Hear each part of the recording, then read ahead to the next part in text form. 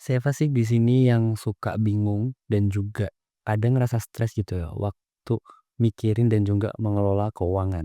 Kalau kamu ngerasa kayak gitu, kayaknya kamu gak sendiri deh, karena kayaknya almost kita semua tuh pernah ngalamin hal yang sama. Dan di segmen kali ini aku bakalan bahas salah satu buku yang menarik banget. Judulnya adalah The Psychology of Money karyanya Morgan Housel. Dan menariknya buku ini tuh nggak cuman ngajarin ataupun nginspirasi kita gitu ya. Buat tahu gimana sih cara mengelola keuangan, tapi juga gimana sih cara kita untuk berpikir tentang uang itu. Penasaran gak sih? Langsung aja yuk kita mulai. Jadi pertama-tama mari kita bahas inti dari buku ini. Jadi Morgan Housel tuh bilang kalau misalnya kesuksesan seseorang dalam mengelola keuangannya itu tidak bergantung pada seberapa banyak ia tahu terhadap pengelolaan keuangan, tapi seberapa banyak ia berperilaku yang sesuai dengan keuangan. Misalnya nih, seorang jenius yang punya uang banyak tapi dia tidak punya perilaku yang sesuai dengan kemampuannya, bisa jadi ia akan mengalami yang namanya bencana finansial gitu. Tapi ini tuh berbanding terbalik kalau misalnya ada orang yang tidak memiliki pendidikan ataupun literasi finansial, tapi dia memiliki perilaku yang sesuai dengan kondisi keuangannya, maka ia juga bisa gitu untuk mengatur gimana sih cara dia untuk mengatur keuangannya tersebut. So menurut aku ini tuh lebih soal mindset sih ya. Insight pertama yang aku suka dari buku ini adalah tentang kebebasan. Jadi, apa sih yang kita kejar dari uang itu? Menurut Morgan Housel, dividen tertinggi dari uang itu adalah kebebasan. Jadi, kita tuh bisa bebas ngelakuin apapun, kapanpun yang kita mau, terus dengan siapa gitu, itu bebas banget. Dan itu adalah salah satu keuntungan tertinggi dari yang namanya uang. Menariknya, kebahagiaan yang kita cari itu biasanya tergantung dengan penilaian orang lain. Seberapa banyak yang bisa kita show off kepada orang lain, menurut kita itu adalah kekayaan dan juga kebebasan.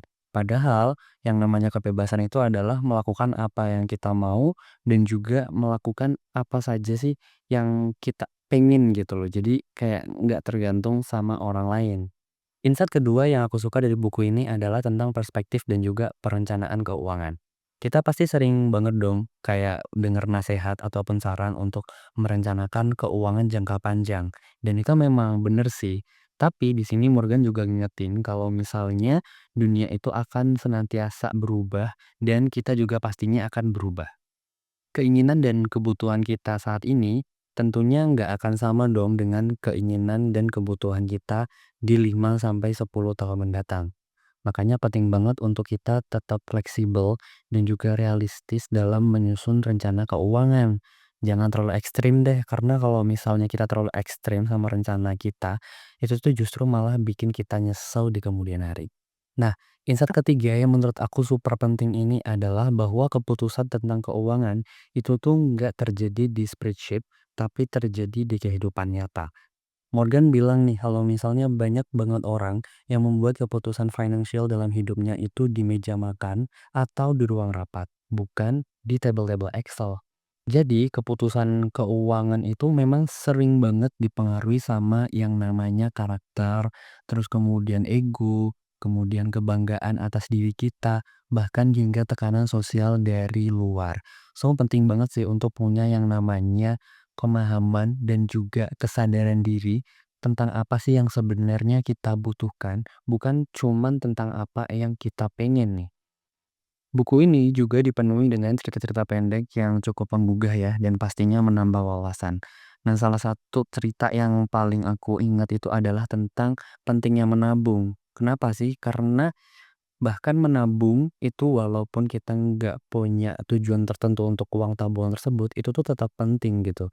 Karena menurut Morgan ya, tabungan itu kan memberikan rasa aman, dan rasa aman itulah yang akan menjadi kunci kebahagiaan kamu. Alright, itu tadi adalah beberapa insight dari buku The Psychology of Money yang menurut aku pribadi ini sangat membuka mata ya tentang pentingnya banget untuk paham bahwa kita dan uang itu memang memiliki yang namanya hubungan. So, kalau kamu tuh pengen kayak lebih bijak gitu dalam mengatur keuangan dan juga pengen ngerasa hidup tuh lebih tenang gitu, kayaknya buku ini tuh wajib banget untuk masuk ke reading list kamu.